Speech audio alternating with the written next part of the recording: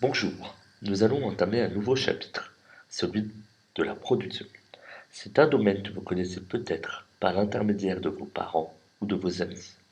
Le but ici est de voir ce que veut dire la notion de production et comment peut-on mesurer cette production réalisée. Tout d'abord, définissons la notion de production. La production, au sens économique du terme, est définie comme une activité socialement organisée qui consiste à créer des biens et des services, contribuant à satisfaire des besoins ou à produire d'autres biens et services.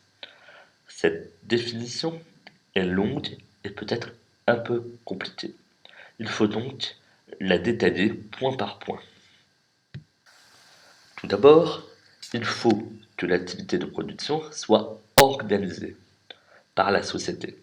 Cela veut dire qu'elle doit être légale, elle doit être déclarée aux autorités publiques et doit s'acquitter d'un certain nombre de devoirs relatifs à sa situation. Concrètement, par exemple, une entreprise doit payer des impôts sur la production. D'autre part, l'activité de production doit répondre à un besoin économique de biens ou de services. Pour comprendre le chapitre de la production, il faut comprendre que les unités de production fournissent des biens et des services. Leur nature diffère. Concernant les biens, on peut les utiliser à différents moments. Cela veut dire qu'ils sont stockables.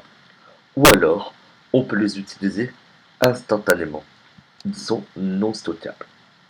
À l'inverse, un bien peut servir à la production d'un autre bien. On dit alors que c'est un bien de production. Il en est de même concernant le service, qui est la mise à disposition d'une capacité technique ou intellectuelle. Il est à son tour stockable ou non stockable. Pour mesurer l'activité d'une entreprise, il faut calculer sa valeur ajoutée. Celle-ci est très importante en économie car elle permet de mesurer la part que prend chaque entreprise à la production totale réalisée chaque année dans l'économie. Dans un premier temps, nous pouvons définir la valeur ajoutée comme correspondant aux richesses créées par les organisations productives. Mais comment peut-on la mesurer? Pour pouvoir mesurer la production d'une entreprise, on va tout d'abord passer par le domaine de la vente de biens et de services. Cette notion de vente correspond à deux situations particulières.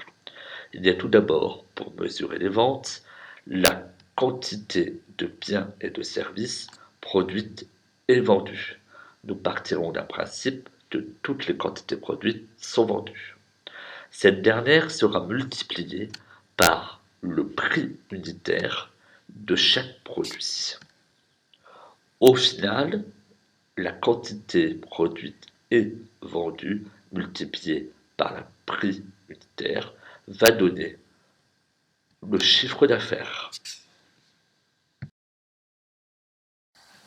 La création de richesse ne se réduit pas à la vente d'une entreprise.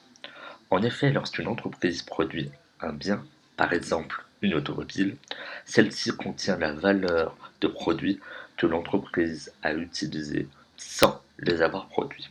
Ainsi, la valeur des automobiles peut contenir la valeur de l'acier, de l'énergie utilisée, du verre ou encore des pneus.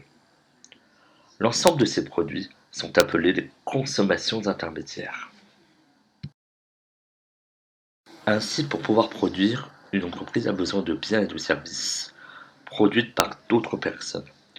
De par son travail, elle va ajouter de la valeur à la production déjà réalisée. On nomme alors valeur ajoutée l'ensemble des richesses créées par les organisations productives. En termes de calcul, la valeur ajoutée va donc être égale à l'ensemble de son chiffre d'affaires moins les consommations intermédiaires utilisées. Les consommations intermédiaires sont des biens partiellement ou totalement détruits lors du processus de production. Après avoir vu la notion de production et sa mesure, nous allons voir qu'il existe une diversité des organisations productives, dont la finalité peut être différente. Les différentes organisations productives ont pour but de produire au sens économique du terme, mais la finalité peut être double. Il peut y avoir dans un premier temps une production marchande. Cette dernière indique que la production est destinée à être vendue à un prix supérieur à 50% du coût de production.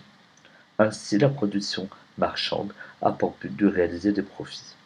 A l'inverse, il peut y avoir une production non marchande. Cette dernière est une production distribuée gratuitement ou vendue à un prix inférieur à 50% de son coût de production. Il existe trois formes d'organisation productive en France. Il y a tout d'abord les associations, puis les administrations publiques et enfin les entreprises. Pour la première organisation, elle est régie par la loi du 1er juillet 1901, qui considère qu'une association est libre de s'organiser comme elle l'entend. Pour pouvoir constituer une association, il faut qu'un contrat soit mis au point entre deux personnes. De plus, le but de cette association est un but non lucratif, ce qui signifie qu'elle ne peut pas distribuer les bénéfices éventuels aux membres.